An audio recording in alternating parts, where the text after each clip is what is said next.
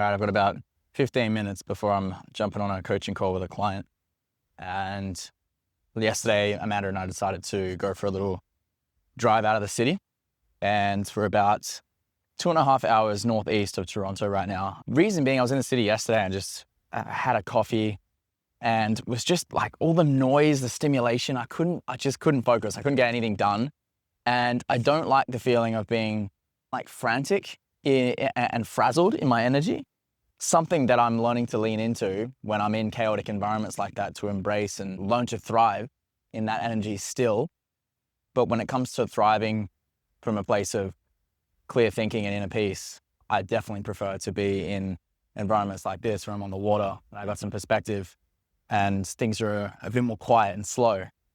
It's also one of Amanda's last nights here in Canada before she heads back to Lisbon, and we wanted to just get some quality time together. I mean, I've had her here for a couple of weeks now. We've been doing a lot of things with other people, living in a house with a couple of my best mates right now, a lot of time around other people and her family. But me and her really thrive when we have just solo time together, because it's one of the beauties of, and this is some of the things that came up on the coaching calls that I had with clients today, as I navigate these lads through relational breakdowns as they prepare for the next stage in their relationship. One of the things I noticed that I got to experience in my own life that has allowed me to attract a relationship like the relationship that I have with Amanda right now, which is something that is so amazing, because she's like dating my best friend, where she meets so many of my needs, and likewise me with her.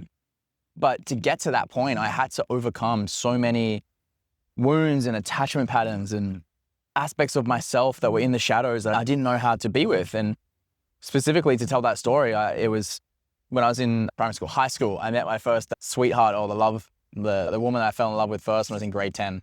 And that was like ended up being a 5-year on and off thing all the way through to like my last year of university. And that first love, and I think for men especially, the first love is the one that kind of gets you the most. It breaks you down. When you become attached, when your attachment wounds are brought up, the whole experience of dating and being fully intensely in love with a woman at that age, or any age really, but for me it was that young age of your late teens, early 20s, it just threw me around. It just tossed me around. I remember just being dependent. This success of the relationship had control of my moods so much. When we were good, I was good. When the relationship was shit, I was just in the dumps. And I hated it. I hated how much she had control of me. And I had to go through so much emotional pain and heartache during this first relationship at the age of 20. And I really wanted to get over this woman, but I couldn't. I'm living in Perth, Western Australia. My mates, I'm playing semi-pro soccer. All my mates are just getting out there, having fun, partying. And I just kept being attached to this one girl that I was dating. Her name was Shandy. And it wasn't until I made a decision to myself that I have to end this. I have to break my attachment to her. And it came through literally removing her from my life and not texting her, not following her on socials. The hard thing. And if any man's going through a breakup right now, or woman, I think that if you are struggling with those attachment issues where they're like a drug to you, you have to fully cut it out. You have to cut it out, fully cold turkey. That's what I did. It was really hard. And I remember going on a Europe trip with my friends right when I turned 21. The next month I flew to Europe. I had a 5-week Europe trip with my friends. And it was the first time that I'd traveled out of Australia, or gone this far out of Australia. I remember starting to have these burst sights of, hey, I feel really happy. And I'm not thinking about this girl all the time. I'm not texting her all the time. I feel like I'm free. I'm myself. I'm exploring. I'm having fun. Came back from that Europe trip. And then 2 months later, I had my exchange booked to travel to Canada to finish the last semester of my degree out there. And this, for the first time in my life, I started to feel like I was knowing myself. I felt like I was secure inside of myself. I'd overcome the pain of this heartbreak. I'd overcome the grief of that relationship and the possibilities of what could have been with this woman for the first time. And I got on a flight and I flew to Canada to begin my 4-month exchange journey out there. And I never forget the feeling of freedom and joy and adventure and playfulness I had in my spirit, because I had me. The first week into that exchange journey, I'm going for my first night out of the student town in Niagara, in St. Catharines, where I was studying, and I meet Amanda. And I connected with Amanda so well because she had just came back from her exchange journey. She had just studied in Scotland on her exchange program. She came back, and we were kind of just vibing off the fact that I was on exchange, she just did an exchange. And it was just fascinating how energetically, I matched up with a woman who was also in that state or that energy of fun and playfulness and adventure and free spirit, because I had stepped into that myself. I had become it. And whatever phase you're in right now in your life, and before I go there, because I had gone through the dark night of the soul and I'd come out the other side, I had not gone to external things to remedy my pain, to distract or numb from my pain. I sat in it, I experienced it, I let it go fully. I now knew I had an internal security within myself that I know I didn't need anyone. I know I didn't need anyone. It was great to have people around me. It was great to be dating someone, but I didn't need them. I was good with them, I was good without them. And those foundations is what has allowed this 10-year relationship I've had with my soon-to-be wife, Amanda, where we just get along so well. She's my best friend. Like, we have the best sex. We get along so well because that underlying neediness was gone. I used to have it, now it's gone because of that first pain that I had to go through in my first relationship. So if you're in the pain right now, if you're experiencing the neediness, or you're going through a breakup, or you're attached to someone, anxiously attached, avoidant attached, whatever the fuck, I don't care. If you're attached to someone out there making you happy, then you have to go through this pain as well by learning to trust in the fact that you've got you.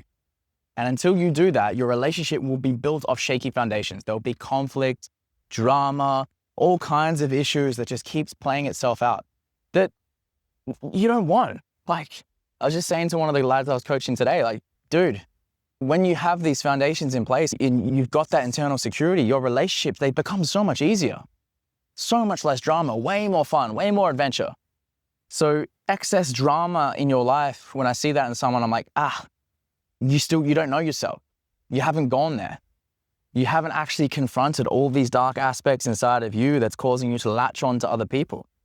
So when you do that inner work yourself, and if you're in it right now, just be in it, embrace it, because it's a beautiful time. It's dark, it's messy, it's horrible, it's scary, it's lonely, but it's beautiful because I'm speaking to you from the other side. And you're gonna look back at this time and be like, fuck, that was a beautiful phase of my journey. I had to go through that. I had to go through that breakdown. I had to go through it. I wouldn't have been a match for this person if I didn't go through that breakdown. So just trust in what I'm sharing is coming from your higher self, that you're about to transcend this period in your life and attract someone who is perfect for you, and that relationship is gonna thrive and it's gonna be better than what you can ever imagine. But you have to earn the right to receive it. You have to become the person who's worthy of receiving it. And the only way you do that, my friend, is to be willing to look in the dark and to love the dark just as much as you love the light. Love being alone. Love the feeling of not knowing if you're gonna make it through. In fact, you need to fully accept the fact that whoever you're attached to right now, you need to accept that you may never end up with them. You need to accept that maybe you're not meant to be with this person that you're with right now. And can you be okay with that? Can you be okay with it? The amount of times in my relationship with Amanda that we had breakdowns, we almost broke up. We almost got to the period where we weren't gonna make it through.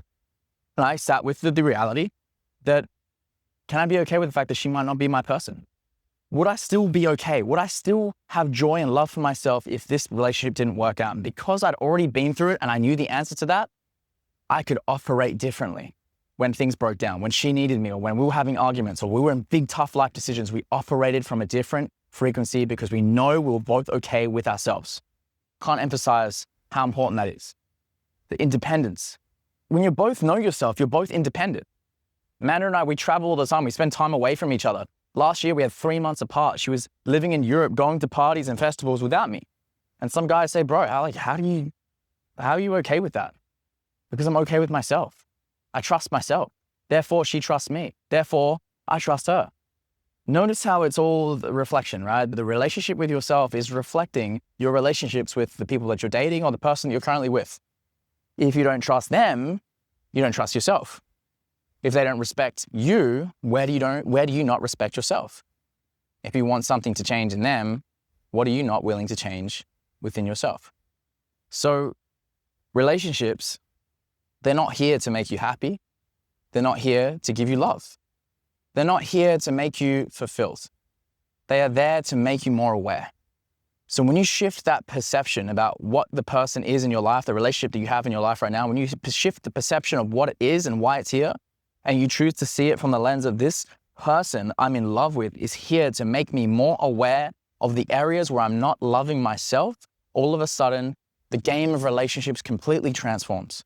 And now all of a sudden you get to support each other in deepening into your own internal connection with God, source, consciousness, yourself, so that you can both come together and co-create a reality that is magical, beautiful, fun, playful, not always easy. It's going to be uncomfortable, but you're going to be able to navigate through it because you know you can't fail.